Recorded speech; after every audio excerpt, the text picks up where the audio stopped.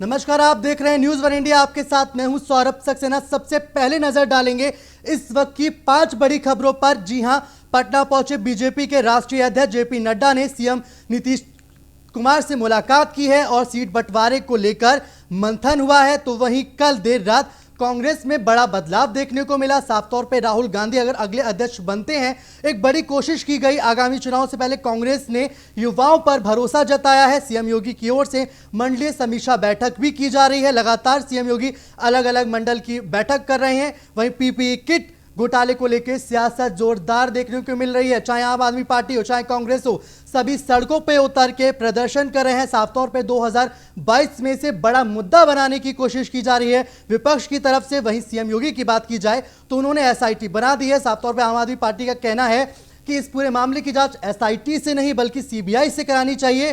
तो कुल मिलाकर कहा जाए तो उत्तर प्रदेश में किट घोटाले को लेकर राजनीति तेज है। तो खबरों में सबसे पहले बात करेंगे बिहार की। जी हां, सीएम नीतीश कुमार से आज बीजेपी के अध्यक्ष जेपी नड्डा ने मुलाकात की। सीएम नीतीश कुमार के आवास पे ये बैठक चली। बैठक में सीट बंटवारे को लेकर जेडीयू बीजेपी में चर्चा हुई। मीटिंग के बाद जेपी नड्डा ने कहा कि एनडीए एक साथ चुनाव लड़ेगा। प्रचार वाहन को हरी झंडी दिखाकर जेपी नड्डा ने आज रवाना भी किया। बिहार विधानसभा चुनाव में प्रचार अभियान का भी आगाज किया जा चुका है। नीतीश सरकार में डिप्टी सीएम सुशील कुमार मोदी भी इस दौरान मौजूद रहे। तस्वीरें आप देख रहे हैं। साफ तौर पे बिहार चुनाव बीजेपी के लिए, एनडीए के लिए साख का सवाल है। कोरोना काल में जिस तरीके से विपक्ष के निशाने पर सरकार आई, उसके बाद पहली बार किसी राज्य में चुनाव हो रहा है। साफ तौर पे पहली अग्नि परीक्षा एनडीए की बिहार में होगी। बिहार में एनडीए के साथ कई दल भी हैं। जेडीयू एक बड़ी पार्टी। जेपी नड्डा ने साफ तौर पे कह दिया है कि नीतीश कुमार के चेहरे के साथ ही वो मैदान में उतरेंगे। तो वहीं कांग्रेस भी बदल रही है। जी हां, सोनिया गांधी ने कांग्रेस में कई बड़े बदलाव किए हैं। राज्यों के प्रभारी, महासचिव और प्रभारी सचिव बदले गए हैं। प्रियंका गांधी समेत 9 कुल महासचिव नियुक्त किए गए हैं। वहीं पे जो ऐसे नेता थे जिन्होंने इससे पहले सोनिया गांधी को चिट्ठी लिखी थी, उन लोगों को जोर का झटका भी सोनिया गांधी की तरफ से दिया गया है। कांग्रेस नेता गुलाम नबी आजाद से महासचिव का पद छिन चुका है। वहीं मल्लिकार्जुन खड़गे, उनसे भी यह पद छिन चुका है। मोतीलाल वोरा, अंबिका सोनी भी हटाए गए हैं। हालांकि कहा जा रहा है कि अंबिका सोनी ने खुद कहा था कि वो नहीं रहना चाहती, उनकी तबीयत ज्यादा सही नहीं है। और अगर यूपी की बात की जाए तो प्रियंका गांधी को यूपी की कमान सौंप दी गई है। वहीं यूपी के जितिन प्रसाद, जो पहले नाराज भी चल रहे थे, बड़ी जिम्मेदारी दी गई है उनको। पश्चिम बंगाल के राज्य प्रभारी बनाए गए हैं जितिन प्रसाद। विवादित पत्र पर साइन करने वाले नेताओं में भी शामिल थे। आपको बता दें, फेरबदल का सबसे बड़ा जो फायदा हुआ है वो राहुल गांधी के जो करीबी हैं रणदीप सिंह सुरजेवाला, उनको हुआ है। इसी के साथ साथ 6 सदस्यों की विशेष कमेटी भी बनाई गई है जिसमें सुरजेवाला को शामिल किया गया है। तो जाहिर तौर पे 2024 से पहले कांग्रेस बदल रही है। कांग्रेस की कोशिश यही है कि नई टीम के साथ चुनावी मैदान में उतरा जाए। और बहुत ज्यादा जो दिलचस्प हो जाती है वो बात, अगर आप पूरी लिस्ट को देखेंगे तो जो काम अध्यक्ष रहते हुए राहुल गांधी नहीं कर पाए थे, वो काम अंतरिम अध्यक्ष रहते हुए सोनिया गांधी ने कर दिया है। जो तमाम राहुल गांधी के करीबी हैं, उनको बड़ी जिम्मेदारी मिली है। तो ब्रिजेश श्रीवास्तव हमारे साथ जुड़ गए हैं। ब्रिजेश जी, जाहिर तौर पे राहुल गांधी के जो करीबी हैं उनको प्रमोशन दिया गया है, उनको ज्यादा जिम्मेदारी दी जा चुकी है। देखिए, सबसे बड़ी बात यह है कि जिस तरीके से अभी कांग्रेस में नेतृत्व को लेकर उठापटक हुई, जमकर आरोप प्रत्यारोप लगे और कई पुराने चेहरे ऐसे थे जिन पर खुद राहुल गांधी के जरिए आरोप लगाए गए, वो फिर गुलाम नबी आजाद रहे हों या फिर दूध कपिल सिब्बल रहे हों, कुछ ऐसे नाम थे जिनको लेकर के राहुल गांधी को आपत्ति थी। तो इस तरह से तमाम ऐसी चीजें थी जिसने साफ कर दिया था कि जो कांग्रेस के पुराने चेहरे हैं वो नई टीम को आगे नहीं आना देना चाह रहे, और कांग्रेस को अगर आगे जाना है तो नए चेहरों को लेकर के आना होगा। और यही वजह है कि जिस तरीके से कांग्रेस की नई टीम गठित हुई है, उसमें चाहे महासचिव से लेकर के जो है अलग अलग जगह के प्रभारी बनाने की बात हो, हर जगह आप देखिए नए चेहरों को तवज्जो दी गई है जो है। ब्रजेश वो, जी, एक बात और जो देखी गई, जितिन प्रसाद का नाम अगर हम बात करें तो जितिन प्रसाद ऐसे नेता थे जो इससे 2017 के चुनाव चले थे, उस वक्त कहा जा रहा था कि बीजेपी में जा सकते हैं, लगातार वो नाराज भी चल रहे थे। कई बार जो सचिन पायलट का जो मामला था उसमें भी वो सचिन पायलट के समर्थन में उतरे थे। तो बड़ी जिम्मेदारी देके उनको संभालने की कोशिश, समझाने की कोशिश। देखिए सबसे बड़ी बात यह है कि इस वक्त काफी एक्टिव लोगों को ये कोशिश की गई है कि उन्हें यहाँ पर बचा करके रखा जाए, उनको बड़ी जिम्मेदारी दी जाए। खास करके जितिन प्रसाद को लेकर जितिन प्रसाद लगातार नाखुश थे पूरे इस मामले में, और कई बार उनके इस तरह के कुछ बयान या कुछ इशारे भी सामने आए जिसमें ये कहा गया कि जो है वो कांग्रेस की जो वर्तमान की नीति चल रही है उससे नाखुश लग रहे हैं। सचिन पायलट का भी उन्होंने सपोर्ट किया था, लेकिन अब जब उन्हें जिम्मेदारी दी गई है, उनको मुख्य दायित्व दिया गया है, तो उसके बाद न सिर्फ उनकी जिम्मेदारी बढ़ेगी बल्कि इसके साथ उनकी नाखुशी भी कम होगी और इसके साथ पार्टी को मजबूत बनाने की दिशा में भी काम करेंगे। तो ये बेहद जरूरी कदम था और जिस तरीके से यहाँ पर पुराने चेहरों को साइडलाइन किया गया है ये बताने के लिए काफी है कि आगे आने वाले समय में एक ब्रजेश जी, आप हमारे साथ बने रहिए। प्रमोद तिवारी नेता कांग्रेस भी हमारे साथ जुड़ चुके हैं। प्रमोद जी, जो नई टीम का ऐलान किया गया है, चिट्ठी लिखने वालों को साइडलाइन कर दिया गया, अगर जो चिट्ठी लिखेगा, जो सवाल उठाएगा गांधी परिवार पे, उसको किनारे कर दिया जाएगा, साफ संदेश माना जाए क्या?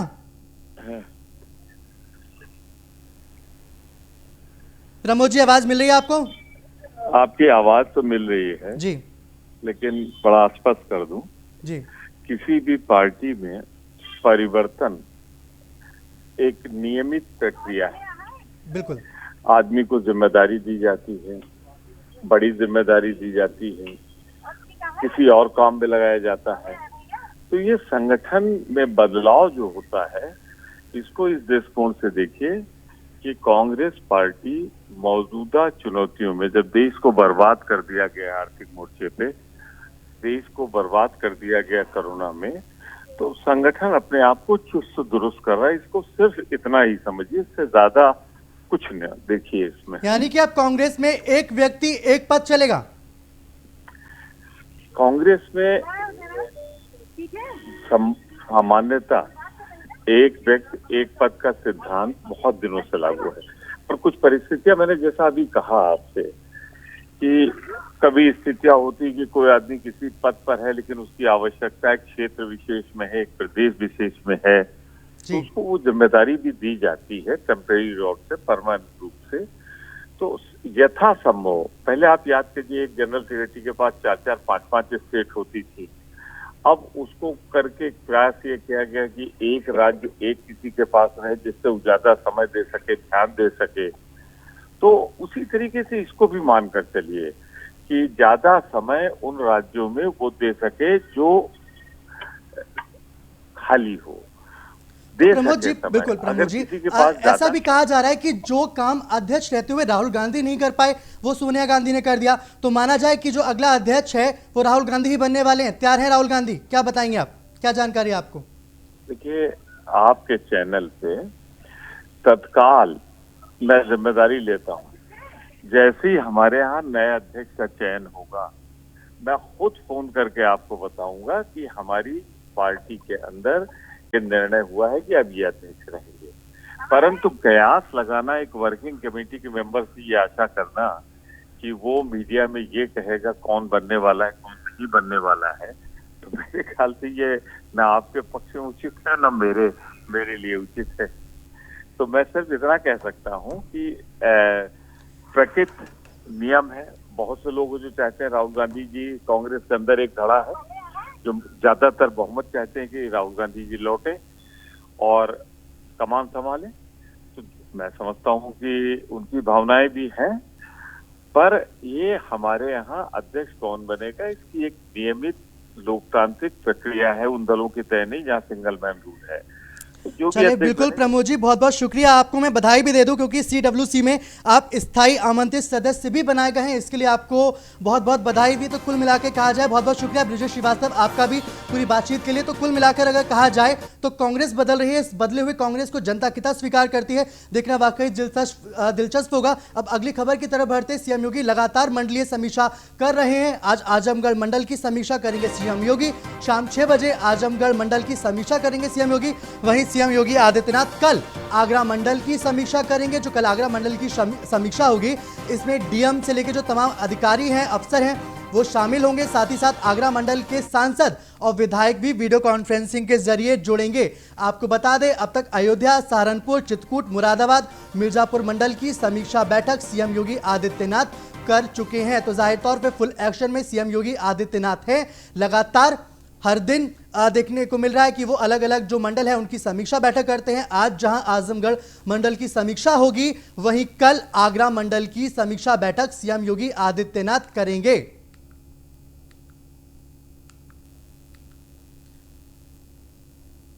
तो देखिए, सीएम योगी का जो फोकस है वो विकास कार्यों पर है।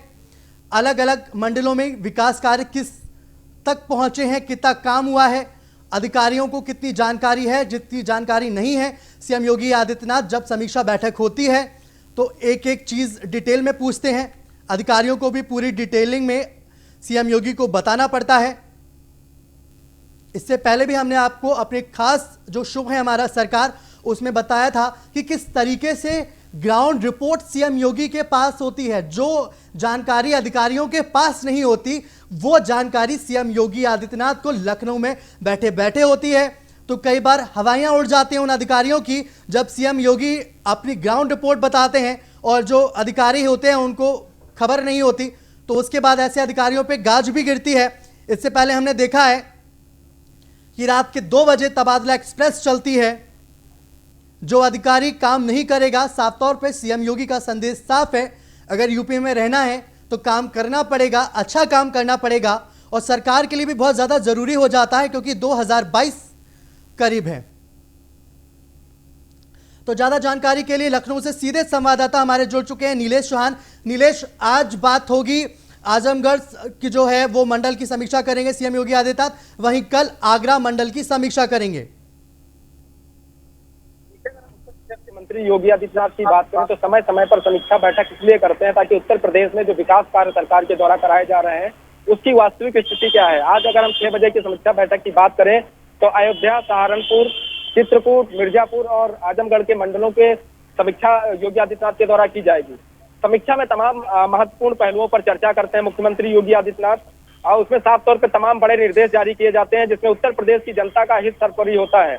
चाहे वो किसानों के हित की बात हो, महिलाओं की सुरक्षा को लेकर मुद्दा हो, या उसके अलावा हम बात करें उत्तर प्रदेश में जो सरकार की योजनाएं धरातल पर चलाई जा रही हैं। बिल्कुल, हमने ऐसा भी देखा है कि जब बैठकों में विधायक या फिर जो सांसद वगैरह हैं वो जुड़ते हैं और वो जिस अधिकारी की शिकायत करते हैं उस अधिकारी पे भी तत्काल एक्शन लिया जाता है।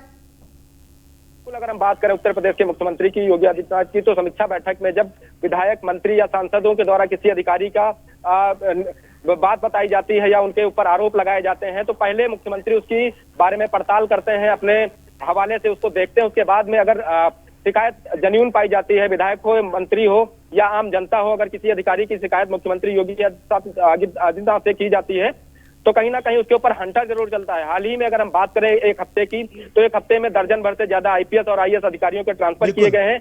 उसके अलावा 2 बड़े आईएएस अधिकारियों को सस्पेंड किया गया है, उनकी संपत्ति की विजिलेंस जांच कराने की बात कही जा रही है। उसके अलावा एक एसआईटी भी गठित की गई है जो इस पूरे मामले में पड़ताल करके सरकार को बताएगी कि दोनों अधिकारियों के ऊपर जो आरोप लगे हैं क्या वो वाकई में सही है या निराधार है।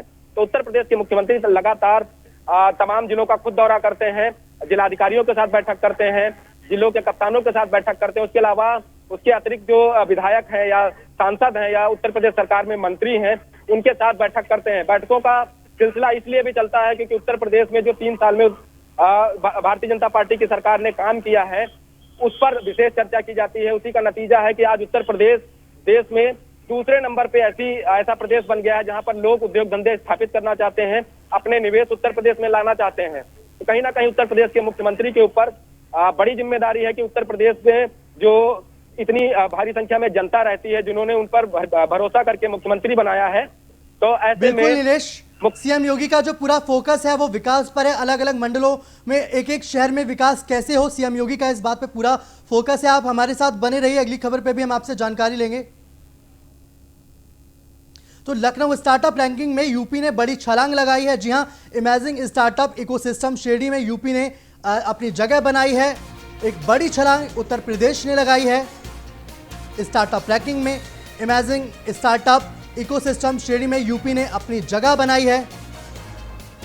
10 राज्यों के साथ इस श्रेणी में शामिल हुआ है उत्तर प्रदेश। तो प्रदेश में लागू की जा चुकी है नई स्टार्टअप नीति।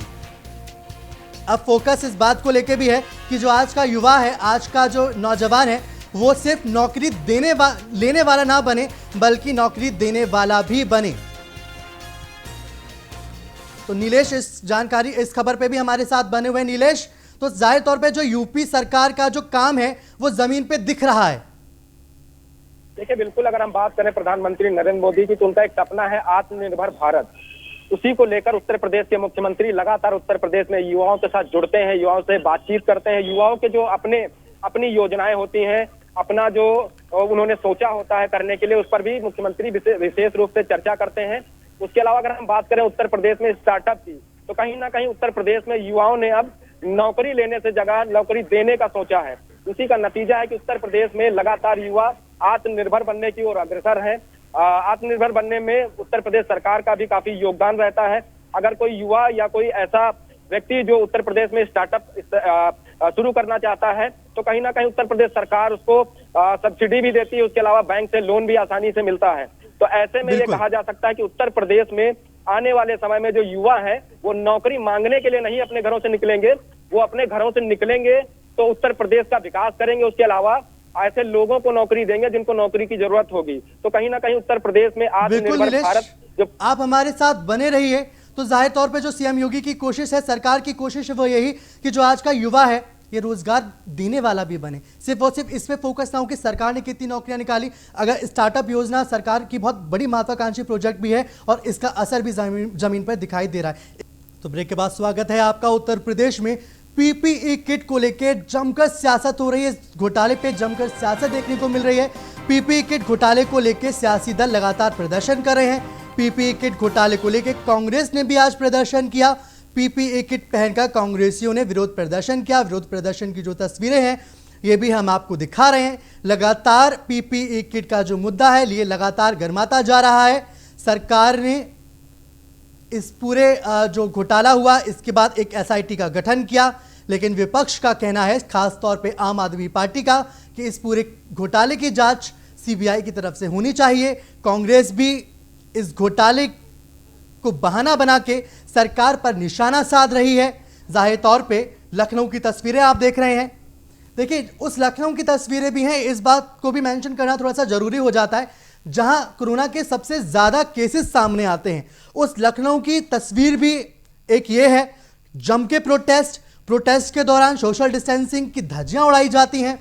खैर, सियासत में कोई भी दल मुद्दा नहीं छोड़ना चाहता, इसलिए कांग्रेस भी इस मुद्दे को नहीं छोड़ना चाहती। तो आपदा के समय आम जनता के लिए बनी योजनाओं में भत्तों में कटौती करने वाली भाजपा सरकार घोटाले करने में सरपट भाग रही है। ये ट्वीट किया गया है प्रियंका गांधी की तरफ से। उन्होंने साफ तौर पे लिखा कि नतीजा है कि यूपी के लगभग हर जिले में कोरोना किट घोटाले का आरोप लग रहा है। यूपी कांग्रेस ने प्रदर्शन कर सरकार को चेतावनी दी है कि घोटालेबाजों को बचाना बंद करे।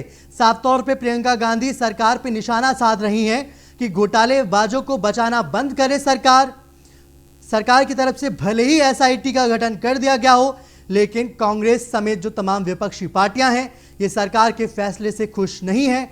जाहिर तौर पे इस पूरे घोटाले पर सियासत जम के चल रही है। प्रियंका गांधी साफ तौर पे लिख रही हैं कि घोटालेबाजों को बचाना बंद करे सरकार। जाहिर तौर पे सरकार पर निशाना, आरोप सरकार पे कि घोटालेबाजों को बचाया जा रहा है। इस मुद्दे पे आम आदमी पार्टी का भी कहना है कि कई मंत्री भी शामिल हैं, कई नेता भी शामिल हैं, तो उनकी भी जांच होनी चाहिए, सीबीआई को जांच सौंप देनी चाहिए। तो जाहिर तौर पे 2022 से पहले पीपीई किट घोटाले को बड़ा सियासी मुद्दा बनाने की कोशिश की जा रही है। तो लखनऊ से नीलेश चौहान हमारे साथ लगातार बने हुए हैं। नीलेश, लखनऊ की सड़कों पे जम के प्रदर्शन कांग्रेसियों का।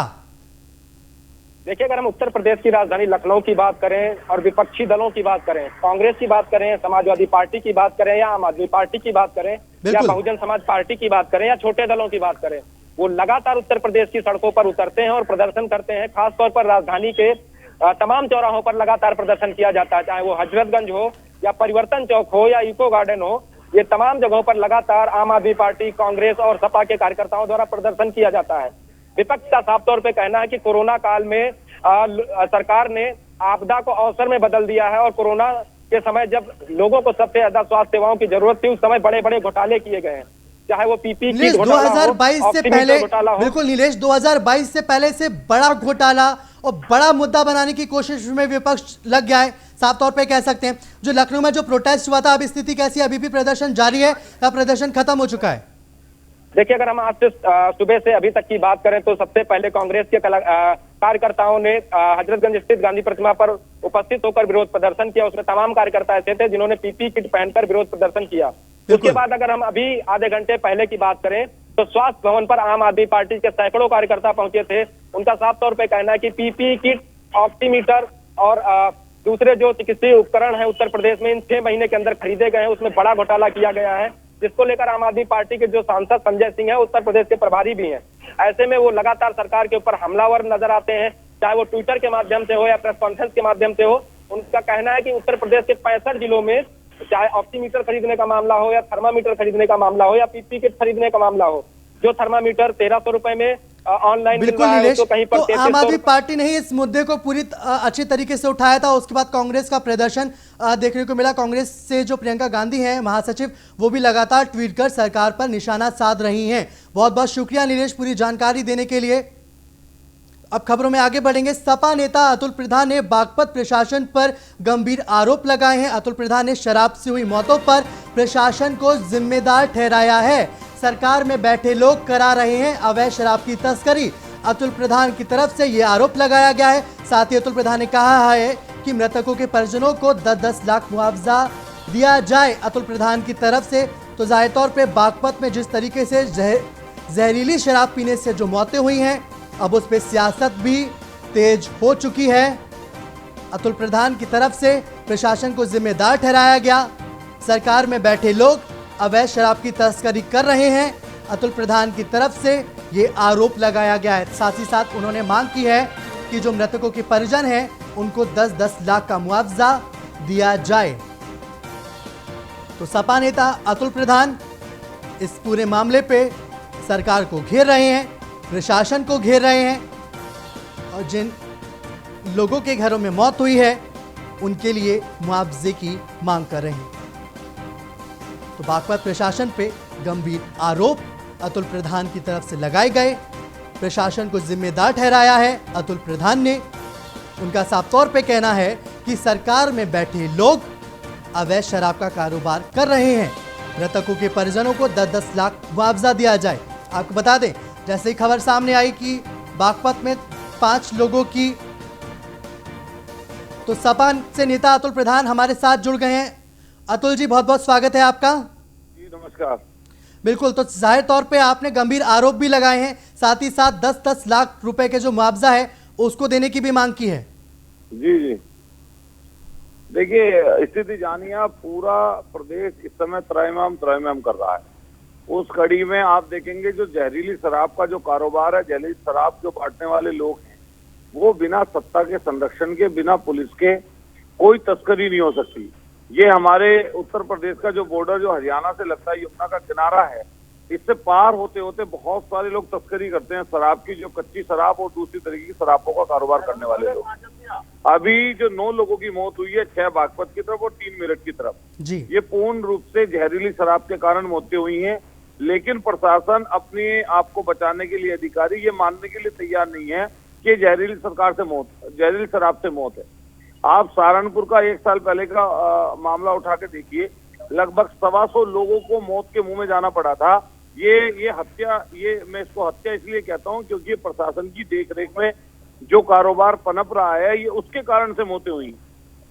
तो ये हमारी ये मांग कर रहे थे कि जो गरीब गुरबा लोगों की मौत हुई है, सरकार इनकी मदद नहीं करेगी तो मदद करेगा कौन? बिल्कुल, हमने 10-10 लाख के रुपए की मांग की। साथ साथ आबकारी अधिकारी और इसके साथ साथ जो यहाँ के इंस्पेक्टर हैं, वो तुरंत उन्हें सस्पेंड किया जाए। अतुल जी, लेकिन आरोप तो ये भी लगता आ रहा है कि लंबे समय से वहां पे जो हरियाणा मार्का की जो शराब है वो बिकती आ रही है। पिछली सरकारों में भी ये काम चल रहा था। अच्छा, अब कब तक पिछली सरकार का रोना रोते रहेंगे लोग? 3.5 साल बीत गए। 3.5 साल बीतने पर अब भी आप पुरानी चीज की बात करेंगे? अब किसकी व्यवस्था है? कितनी बार ट्रांसफर होते हैं अधिकारी? कितने बार अधिकारियों के तबादले इधर से उधर हुए हैं? जब सरकार चली जाएगी ये तब तक भी यही बात कहते रहेंगे? कौन जिम्मेदारी किसकी तय की गई है? जिसको सरकार में बैठाया गया है, जिसको जिम्मेदारी दी गई है, तो उनसे सवाल जवाब तो होंगे ही ना। बिल्कुल, प्रशासन की, सरकार की जिम्मेदारी बनती है। अतुल जी, बहुत बहुत शुक्रिया आपका हमसे बातचीत के लिए। तो जाहिर तौर पे 5 लोगों की मौत पे सियासत जारी है। अतुल प्रधान ने भी साफ तौर पे कहा है कि जो लोग मरे हैं, मृतकों के जो परिजन है, उनको 10-10 लाख का मुआवजा सरकार की तरफ से देना चाहिए। तो इस बुलेटिन में मेरे साथ फिलहाल इतना ही। देश और दुनिया की हर खबर को देखने के लिए बने रहिए न्यूज़ 1 इंडिया के साथ। नमस्कार।